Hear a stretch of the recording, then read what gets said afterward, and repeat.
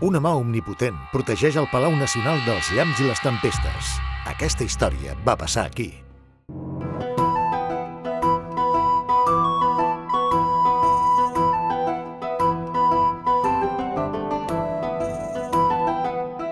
Som al Museu Nacional d'Art de Catalunya, un palau que té la protecció més potent possible, la de Déu.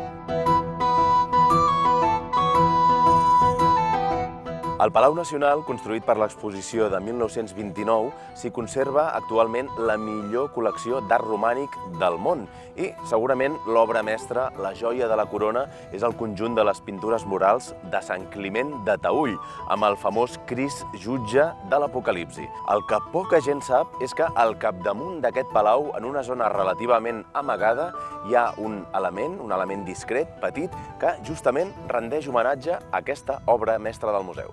Doncs aquí tenim aquest element tan curiós, que és aquest parallamps que corona la sala oval del Museu Nacional d'Art de Catalunya, el Palau Nacional, una obra relativament petita que va fer l'artista Antonio Ortega, nascut a Sant Celoni l'any 68, en col·laboració amb exalumnes de l'Escola Massana, i, doncs, si us fixeu, és un homenatge a la mà del Crist de Sant Climent de Taüll.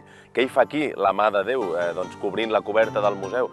Doncs l'artista, d'alguna manera, deia que volia trobar un detall simpàtic, que no fos molt abassegador, però que tingués alguna cosa a veure amb el contingut d'aquest museu. De la mateixa manera que en altres museus, o esglésies o catedrals hi ha elements que coronen, com una esfera o una creu o determinades estàtues, ell va voler trobar en una posició, diguéssim, en un context més contemporani, amb aquesta mida més discreta, un element tan funcional com un parallamps, però que rendís homenatge, d'alguna manera, a aquest element de l'art medieval, que és la mà del Crist de Taüll.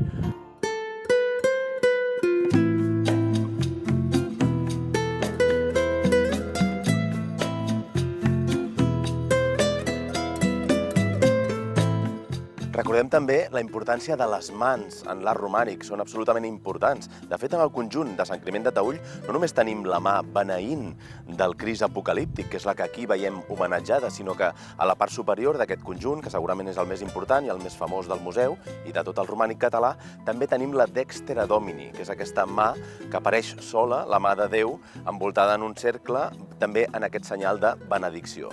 Per tant, com es va triar aquest element del romànic, de la peça estrella del museu, per coronar el Palau Nacional?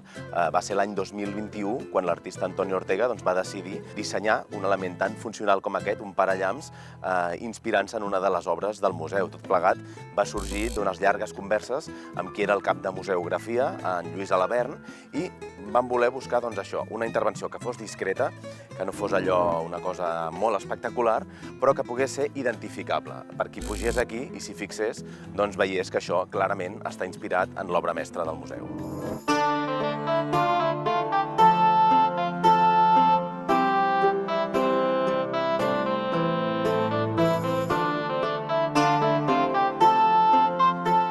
Si ens fixem en els detalls d'aquest parallamps, relativament discret, veureu que en el fons no només rendeix homenatge al romànic, sinó també a l'art català en el seu conjunt. De fet, podem veure-hi els detalls, les referències a la forja catalana tradicional, fins i tot en el seu aspecte més modern, en el modernisme.